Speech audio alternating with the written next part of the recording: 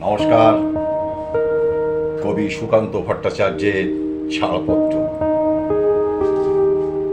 যে শিশু ভূমিষ্ঠ হলো আজ রাত্রে, তার মুখে খবর পেলুম সে পেয়েছে ছাড়পত্র 1। নতুন বিশ্বের দ্বারে তাই ব্যক্ত করে অধিকার, জন্মমাত্র সুতীব্র চিৎকারে।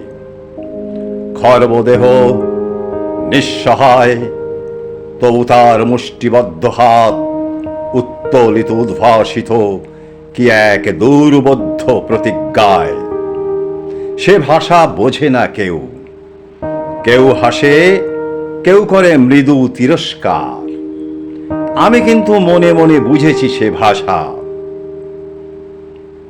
পেয়েছি নতুন চিঠি আসন্ন যুগের, পরিচয় পত্র পড়ি ভূমিষ্ঠ শিশুর অস্পষ্ট কুয়াশা ভরা চোখে।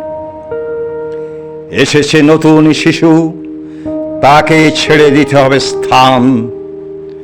জীর্ণ পৃথিবীতে ব্যর্থ, মৃত আর ধ্বংসস্তূপ পিঠে চলে যেতে হবে আমাদের।